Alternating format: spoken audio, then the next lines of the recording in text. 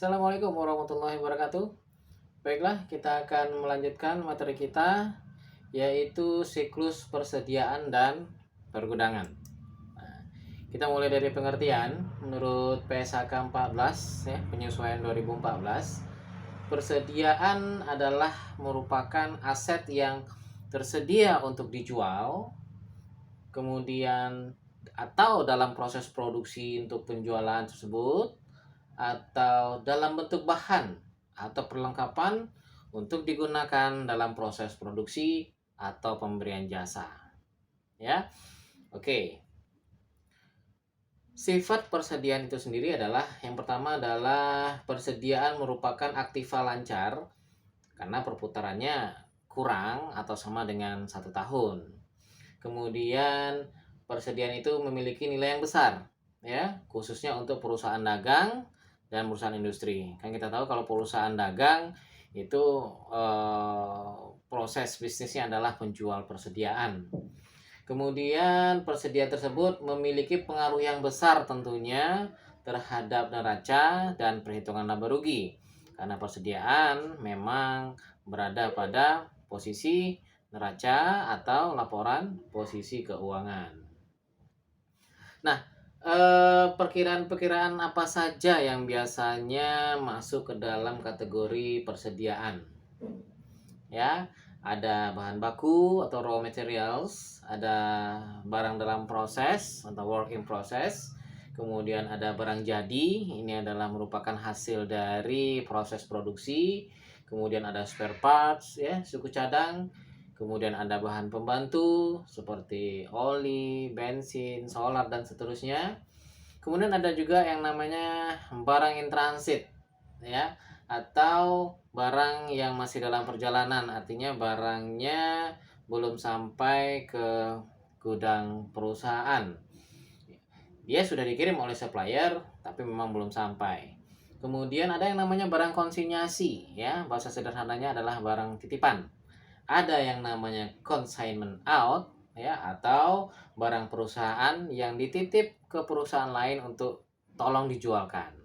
Atau consignment in, yaitu barang perusahaan lain yang dititipkan ke perusahaan untuk bantu dijualkan. Ya. Tapi hati-hati, consignment in yang dititipkan kepada kita untuk dijual, ya, kalau seandainya kita posisinya perusahaan ini, barang orang lain yang dititipkan kepada kita itu tentu barang orang lain, ya, namanya juga barang titipan. Sehingga jangan dianggap sebagai barang atau sebagai bagian dari persediaan perusahaan. Hati-hati ketika melakukan stock of name atau hati-hati ketika melakukan pencatatan. Karena barang, sekali lagi, titipan dari orang lain, consignment in, itu bukan merupakan barang dari perusahaan. Oke, kita lihat siklusnya. Bagaimana siklus persediaan dan pergudangan? Yang disederhanakan tentu saja dimulai dari order pembelian, ya. Nah, dari order pembelian ini kalau seandainya pembeliannya tunai akan berpengaruh terhadap kas. Kemudian ketika pembeliannya kredit itu akan berpengaruh terhadap utang. Kemudian setelah diorder tentu persediaan diterima. Setelah diterima lalu persediaan tersebut disimpan, ya. Nah, ada muncul di situ beban-beban yang terkait dengan penyimpanan mungkin dan pemeliharaan. Lalu persediaan setelah disimpan tersebut dijual. Nah, setelah dijual butuh lagi, pesan lagi, lakukan order lagi. Seperti itu siklusnya sederhananya. Ya. Nah, itu untuk perusahaan dagang, beli, simpan, jual. Beli, simpan, jual. Simpelnya seperti itu. Ya. Nah, bagaimana kalau seandainya siklus perusahaan manufaktur yang melakukan proses lebih lanjut terhadap persediaan yang dibelinya? Jadi berarti hanya menambahkan saja, jadi mulai dari order pembelian, lalu terima persediaan, lalu simpan persediaan. Nah, simpan persediaan yang akan diolah itu berarti persediaannya adalah persediaan bahan baku, ya. Lalu kemudian diproseslah bahan baku tersebut. Kemudian bahan baku tersebut setelah selesai dia akan menjadi produk jadi atau akan menjadi barang jadi. Kemudian barang jadi tersebut tentu akan dijual. Ya, setelah dijual kemudian butuh lagi pesan lagi, order lagi. Nah, yang di order itu adalah persediaan bahan baku, simpan lagi, produksi lagi, dan seterusnya. Seperti itu siklusnya, ya. Jadi intinya adalah ketika perusahaannya adalah perusahaan dagang, siklusnya sederhana saja, beli, simpan, jual. Kalau seandainya manufaktur, sederhananya adalah untuk perusahaan manufaktur, beli, simpan, produksi, jual. Ya, ada proses produksi di situ.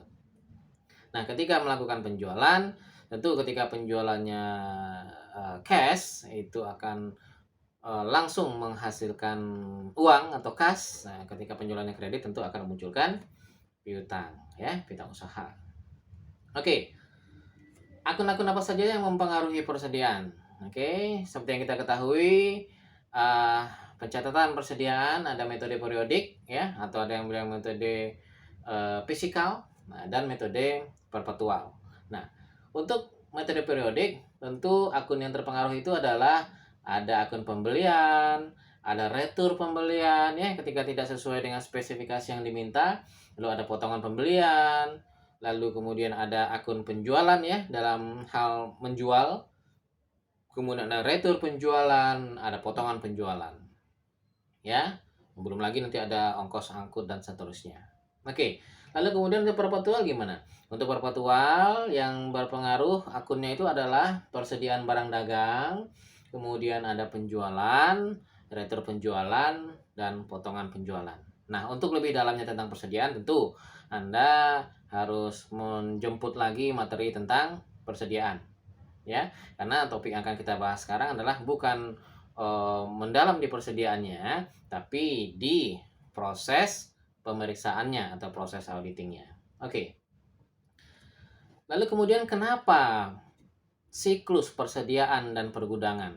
Atau kenapa persediaan ini harus diaudit? Nah, jadi pada dasarnya adalah persediaan ini diaudit tujuannya adalah untuk memeriksa apakah terdapat internal control yang baik atas persediaan. Ya. Kemudian yang kedua, apakah persediaan yang ada dalam neraca, apakah persediaan yang ada dalam laporan posisi keuangan itu persediaannya benar-benar ada. Ketika disampaikan di situ, disajikan di situ ada persediaan 100 juta.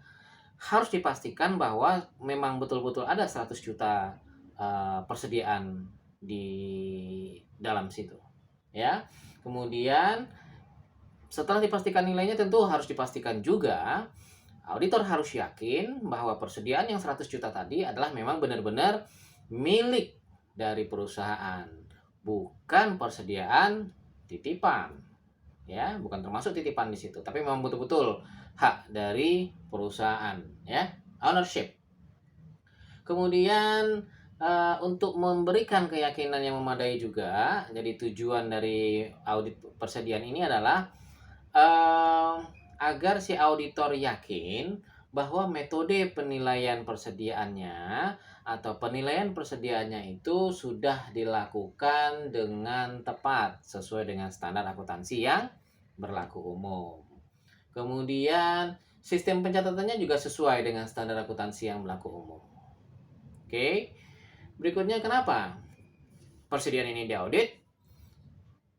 Untuk memastikan, untuk memberikan keyakinan yang memadai, apakah sudah dibuatkan allowance yang cukup terhadap barang yang rusak. Kan di persediaan itu bisa jadi ya, ada barang rusak, ada yang slow moving, ya, bergerak lambat, artinya lama kali terjualnya. Jadi mulai dari beli di gudangnya dia lama, ya, sampai dia terjual. Ya, berbeda dengan fast moving. Kalau fast moving itu masuk terjual, masuk terjual. Jadi makin cepat perputarannya. Ya, sementara kalau slow moving itu kelamaan di gudang. Ya, apakah ada allowance yang cukup untuk hal tersebut? Karena ketika barang itu lama di gudang, tentu beberapa persediaan itu membutuhkan biaya penanganan, manajemen dan seterusnya. Kemudian, apakah ada barang-barang yang ketinggalan mode? Nah, ini hati-hati. Ini biasanya terjadi pada perusahaan-perusahaan berteknologi tinggi yang sangat mudah sekali berubah mode. Ya, berubah teknologi, berubah mode. Oke, lalu untuk memastikan apakah persediaan ada yang dijadikan jaminan kredit. Kemudian juga untuk memastikan apakah ketika persediaan tadi asuransikan, asuransinya sudah cukup memadai, ya. Oke. Kemudian lagi, persediaan itu diaudit adalah untuk memeriksa apakah ada perjanjian pembelian atau apakah ada perjanjian penjualan yang mempunyai pengaruh besar terhadap laporan keuangan. Ya. Oke, kemudian apakah penyajian persediaan dalam neraca di laporan keuangan itu sudah sesuai dengan prinsip akuntansi yang berlaku umum secara keseluruhan. Ya, karena kita lihat di dalam proses bisnis itu bisa terjadi perjanjian-perjanjian atau kesepakatan-kesepakatan yang terjadi antara penjual dengan pembeli. Itu harus diyakini ya keberadaannya. Oke, itu tujuan dari audit persediaan. Lalu gimana jenis-jenis kesalahan atau penyimpangan yang mungkin terjadi dalam audit persediaan atau dalam memanage persediaan ini? Kira-kira apa saja kesalahan yang mungkin akan ditemukan oleh si auditor? Ya, yang pertama, bahwa persediaan itu sudah dikirim namun belum dicatat. Ya, kemudian pemakaian persediaan belum dicatat dengan benar. Jadi ketika ada persediaan digunakan tapi pencatatannya tidak tepat. Contoh misalnya alat elektronik yang dikirim itu adalah yang digunakan adalah kulkas berwarna biru misalnya dengan tipe A. Tapi ternyata yang tercatat adalah kulkas yang berwarna hijau ya dengan tipe yang sama. Itu selisih warna itu bisa bermasalah ketika warna itu mempengaruhi harga. Ya. Kemudian kesalahan yang mungkin ditemukan adalah pembeliannya sudah dicatat namun barangnya belum diterima. Nah, ini tergantung juga sih apa perjanjian pembeliannya. Apakah FOB destination point atau FOB shipping point. Ya, itu harus dilihat lagi. Kemudian barang sudah diterima namun belum dicatat sebagai pembelian. Nah, ini nanti ketika melakukan stock of name akan teridentifikasi bahwa barangnya berlebih. Sebetulnya barangnya bukan berlebih, tapi ada barang datang tapi belum dicatat sebagai pembelian. Terus pembelian dicatat terlalu besar, ya. Oke, kalau pembelian tercatat terlalu besar berarti produknya nanti ketika melakukan stock of name persediaannya akan kurang, ya. Pembelian tanpa otorisasi jelas, lalu bisa jadi nanti kalau ada persediaan itu dicuri, persediaan hilang atau persediaan diselewengkan. Nah, ini rawan terjadi. Kemudian kemungkinan ada perhitungan persediaan itu dilakukan dengan tidak benar. Kemudian penilaian persediaan tidak benar, ya. Mungkin ketika persediaan itu dinilai dengan metode FIFO, nah, tapi kenyataannya ketika dihitung FIFO tidak diterapkannya mungkin average dan seterusnya. Oke. Sekarang berikutnya adalah bagaimana pengendalian internal siklus persediaan dan pergudangan. Nah, bagaimana membahas pengendalian internal dan atas siklus persediaan dan pergudangan ini, kita lihat saja langsung ke internal control questionnaire-nya, yaitu bagaimana auditor memahami, ya. Kita mengulangi sedikit yang seperti yang disampaikan pada materi sebelumnya, bahwa untuk melakukan audit itu auditor harus memahami pengendalian internal dari klien. Bagaimana cara memahaminya? Dengan wawancara, melalui internal control questionnaire, dan melalui mempelajari flowchart-nya. Nah, sekarang kita lihat dari internal control questionnaire-nya. Apakah persediaan diawasi oleh petugas? Nah, ini artinya bahwa persediaan itu memang butuh pengawas tertentu, ya. Mungkin kepala gudang atau ada personil yang khusus ditugaskan untuk mengawasi persediaan. Apakah akses ke gudang hanya petugas gudang? Nah, artinya apa? Artinya memang dalam gudang itu idealnya tidak sembarang orang bisa masuk ke dalam gudang. Ya, tidak sembarang orang bisa akses ke dalam gudang. Karena apa? Karena bisa jadi kalau seandainya di gudang itu ada barang yang kecil-kecil yang gampang masuk kantong, yang gampang masuk tas, itu bisa saja membuka peluang untuk orang-orang yang berniat tidak baik untuk menghilangkan persediaan tersebut ya. Jadi sebaiknya memang persediaan di gudang itu tidak semua orang boleh masuk gudang. Makanya di gudang itu kadang-kadang atau di kantor aja itu ada tulisan di depan pintu khusus karyawan. Selain karyawan dilarang masuk. Nah, itu memang harus konsisten diterapkannya ya. Jangan sampai hanya tulisan saja. Kemudian, apakah setiap pengeluaran barang berdasarkan DO yang sudah diotorisasi? Tentu untuk melakukan penjualan tentu ada sales order, ada delivery order. Nah, delivery order ini memang betul-betul adalah DO yang sudah diotorisasi. Jangan pernah mengeluarkan barang tanpa DO yang sudah diotorisasi. Ketika ada DO yang belum diotorisasi, itu artinya belum ada perintah mengirim barang. Belum ada perintah untuk mengeluarkan barang. Ya, itu si penjaga barang tadi atau kepala gudang harus konsisten dengan itu. Apakah dibuat kartu persediaan? Artinya apa? Artinya persediaan itu memang harus dibuatkan kartu persediaan, harus dibuatkan kartu gudang. Ya. Ya, ingat ya perbedaan antara kartu persediaan dan kartu gudang. Kemudian apakah dilakukan perhitungan fisik? Nah, tentu untuk mengontrol apakah kesesuaian antara jumlah fisik dengan jumlah catatan itu memang harus dilakukan pemeriksaan fisik atau stock of name atau stock take atau stock taking secara berkala ya, dan seterusnya. Begitu sudah Anda pelajari dalam mata kuliah sistem akuntansi. Oke. Nah, setelah si auditor memahami bagaimana pengendalian internal di perusahaan, tentu berikutnya adalah si auditor menguji pengendalian internal tersebut, apakah pengendalian internal yang sudah ditetapkan oleh perusahaan itu memang betul-betul dilaksanakan, betul-betul dijalankan dengan efektif. Nah, ini contohnya nih, TOC-nya. Ya, TOC-nya ini misalnya yang dikumpulkan ada berapa faktur ini? Ada 3 transaksi ya, ada 3 PO ya, PO1, PO2 dan PO3. Kemudian dilihat di sini ada di sini A, B, C, D, E dan F nih harusnya ya. Nah, apa ini? Yang A itu artinya memeriksa mathematical accuracy-nya ya. Ini dual purpose ya, bisa substantif, bisa TOC ya.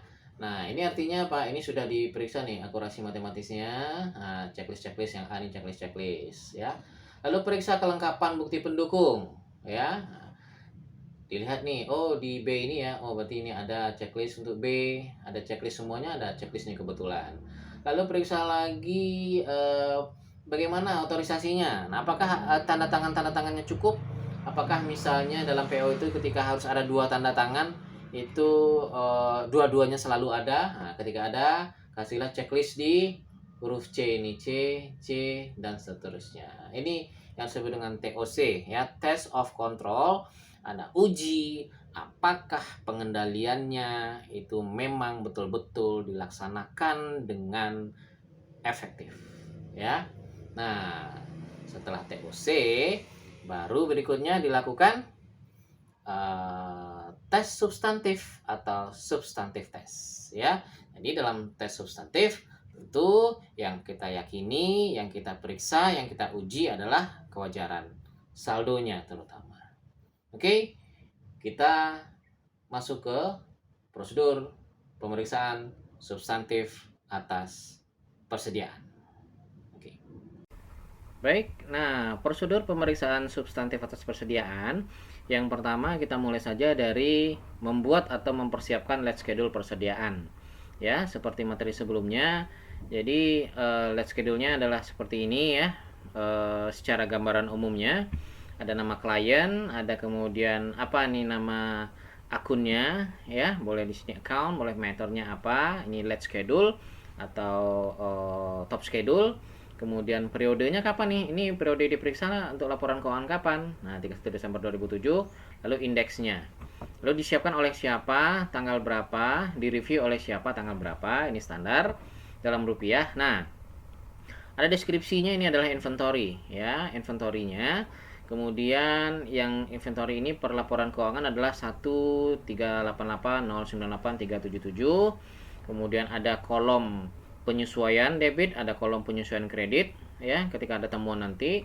Lalu nanti unaudited balance atau balance per book atau saldo sebelum diaudit ini ditambah atau dikurang dengan penyesuaian, maka akan menghasilkan saldo diaudit, ya. Saldo setelah diaudit ada audited balance. Nah, ini dibandingkan nanti dengan saldo audit pada tahun sebelumnya, ya. Kalau ini 2007 dibandingkan dengan 2006. Nanti akan dilihat increase-nya, kenaikannya berapa, penurunannya berapa. Nah, ini bisa untuk menjadi analisis auditor berikutnya. Oke, ini disiapkan, ya. Mudah menyiapkan ini. Formatnya biasanya sudah ada di kantor akuntan publik. Anda hanya mengisikan angka-angka ini saja, ya. Berapa yang akan diperiksa, nanti berapa yang sudah diaudit, berapa audit hasil tahun lalu. Oke, kemudian setelah itu tentu lakukan perhitungan matematis, ya. Nah, ini kebetulan angkanya cuma satu doang, ya. Jadi langsung terhitung nih angkanya sama. Hati-hati, 388 bisa tertulis 338, ya. Nah, oke, dijumlahkan. Kalau jika seandainya juga sudah dijumlahkan benar jumlahnya, kasih footing, ya. Footing, ya. Ini ketika nanti jumlahnya oke, kasih footing.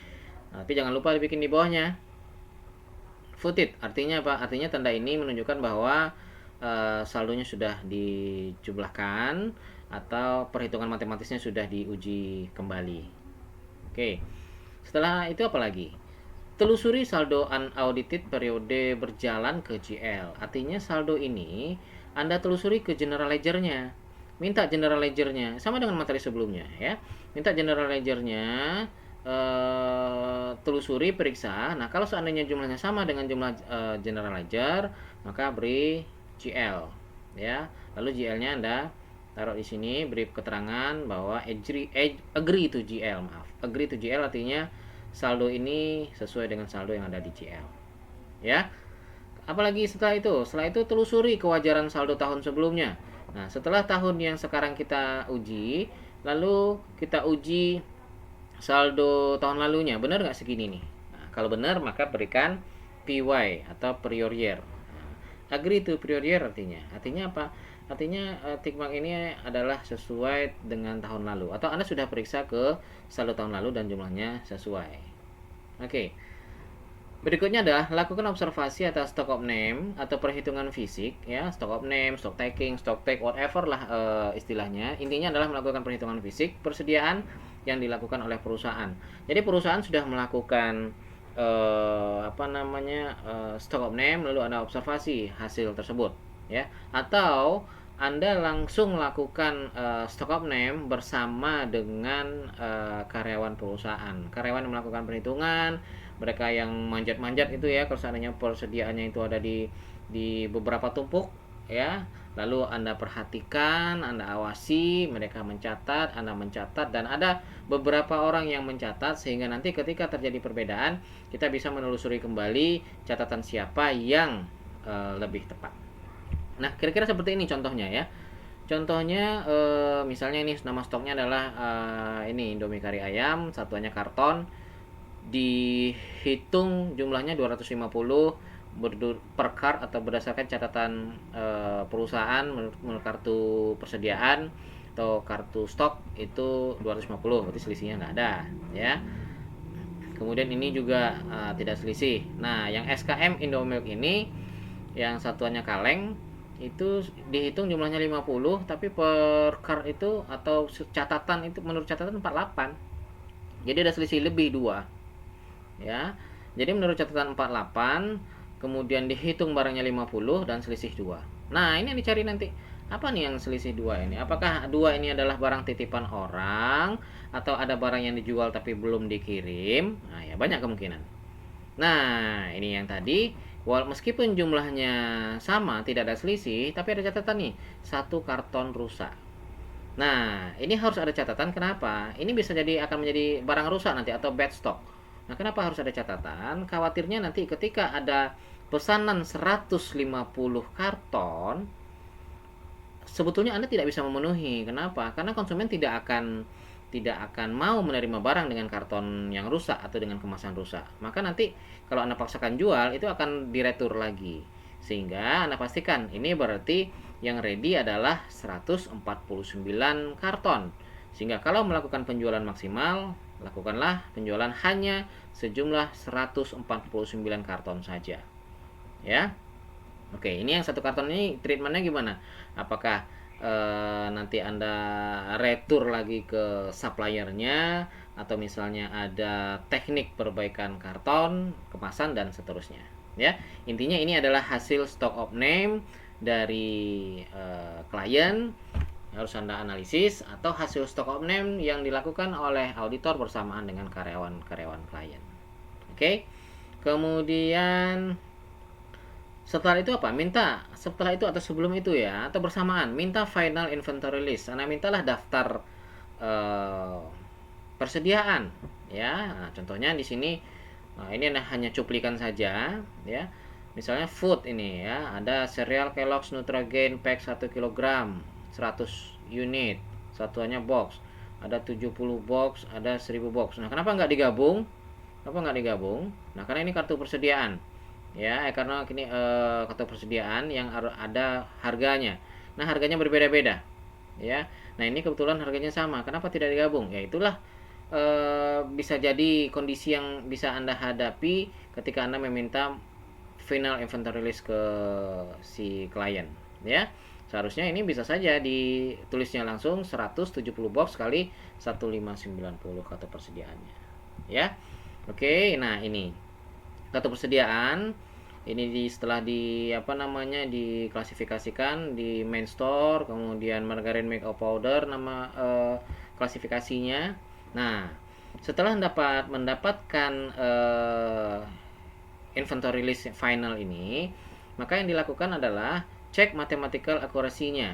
Nah, artinya periksa akurasi matematisnya. Nah, Anda jumlahin aja ini, jumlahin, dapat nilainya, lalu di voting, ya. Jumlahkan lalu di voting, ya. Oke.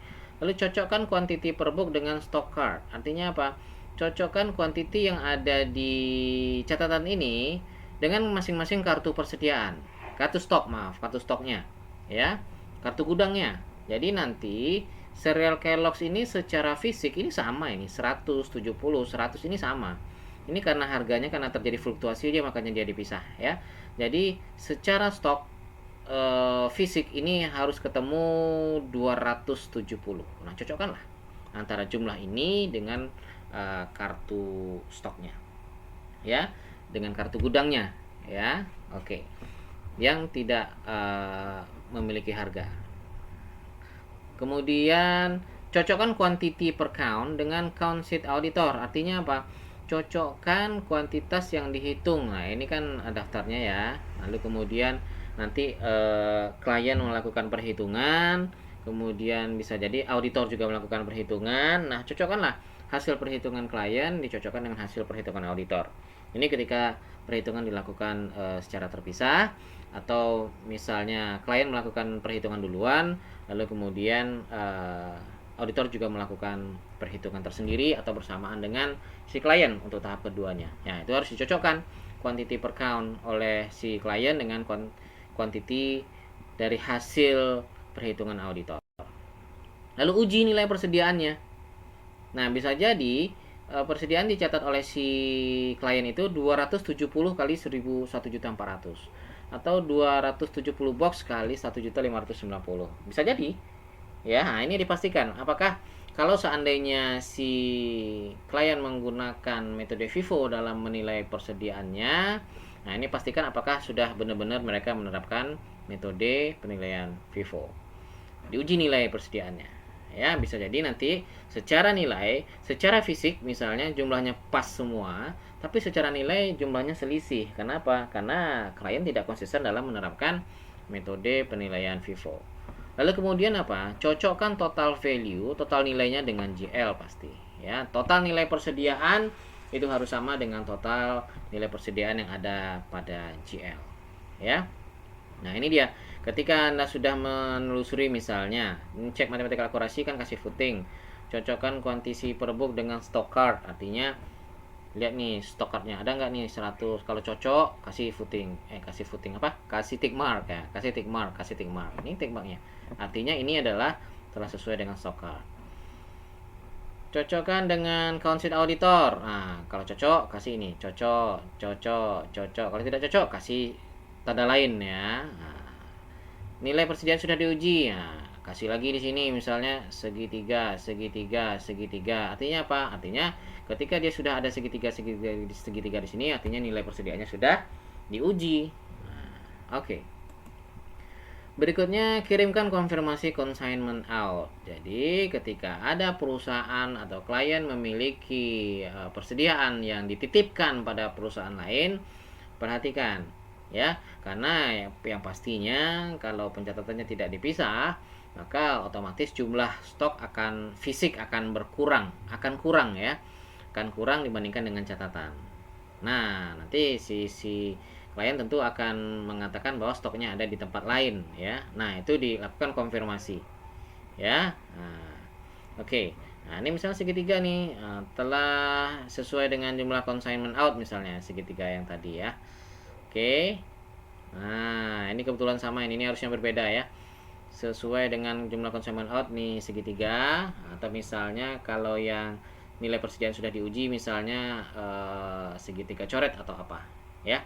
Oke, typo. Nah, ini harusnya berbeda ya. Setiap tick mark harus memiliki makna sendiri sesuai dengan prosedurnya. Oke, lanjut. Kemudian periksa unit price dari bahan baku ya. Kalau ini seandainya untuk perusahaan manufaktur, tentu ada bahan bakunya, ada barang dalam proses, ada barang jadi atau produk jadi, dan ada bahan pembantu. Nah, itu periksa unit masing-masing harganya ya.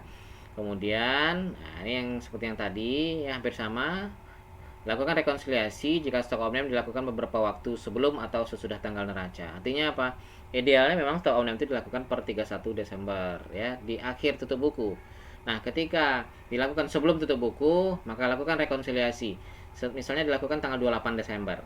Nah, lakukan rekonsiliasi untuk stok yang masuk dan keluar di tanggal 29, 30, dan 31. Ya. Atau seandainya stok omnium dilakukan tanggal 3 atau tanggal 4 Januari tahun berikutnya, maka lakukan rekonsiliasi mundur ya ke tanggal 31 Desember tahun yang diperiksa ya. Itu harusnya jumlahnya harus cocok. Lalu kemudian periksa cukup tidaknya allowance untuk slow moving ya, barang-barang rusak dan barang-barang yang ketinggalan mode. Seperti yang dibahas tadi, barang-barang yang slow moving yang lama terjualnya, tentu beberapa barang ya, tidak semua barang ya, beberapa barang membutuhkan treatment, membutuhkan perawatan lah, sehingga membutuhkan biaya untuk manage barang tersebut sampai hingga barang tersebut terjual ya. Jadi apakah allowance-nya atau apakah sudah disediakan pendanaan yang cukup untuk dalam tanda kutip perawatan barang tersebut. Kemudian periksa kejadian setelah tanggal neraca. Ya, apakah kalau seandainya ini FOB pembeliannya adalah FOB destination, Anda periksa apakah barangnya ini ketika kasusnya barangnya per tanggal neraca belum datang tapi transaksinya sudah dicatat, Anda pastikan bahwa barangnya nanti datang setelah tanggal neraca tersebut untuk memastikan bahwa pembelian tersebut benar-benar ada. Kemudian periksa cut off penjualan dan cut off pembelian ya. Cut off Anda sudah tahu ceritanya, mana yang ini untuk membedakan mana yang transaksi untuk periode berjalan, mana transaksi yang untuk periode berikutnya. Lalu periksa jawaban dari konfirmasi bank, perjanjian kredit, dan non-bulan rapat, ini cukup jelas. Lalu periksa apakah ada sales atau purchase commitment per tanggal neraca. Ya, seperti tadi disampaikan, Anda periksalah ada enggak ke perjanjian atau kesepakatan yang terkait dengan persediaan yang akan mempengaruhi pencatatannya nantinya. Kemudian jika ada barang dalam perjalanan atau good in transit, maka barang dalam perjalanan itu kan sudah disampaikan tadi ya, barangnya belum datang tapi sudah dicatat. Nah, minta rincian good in transit itu per tanggal neraca. Lalu periksa matematikal akurasinya dan periksa subsequent clearance-nya. Lalu buatlah kesimpulan dari hasil pemeriksaan persediaan, dan kalau seandainya ada adjustment, maka buatlah usulan penyesuaiannya. Terakhir, secara umum Anda periksa apakah penyajian persediaan dalam laporan keuangan itu sudah sesuai dengan standar akuntansi yang berlaku umum di Indonesia, ya, misalkan etap atau IFRS. Oke, demikian saja. Terima kasih. Assalamualaikum warahmatullahi wabarakatuh.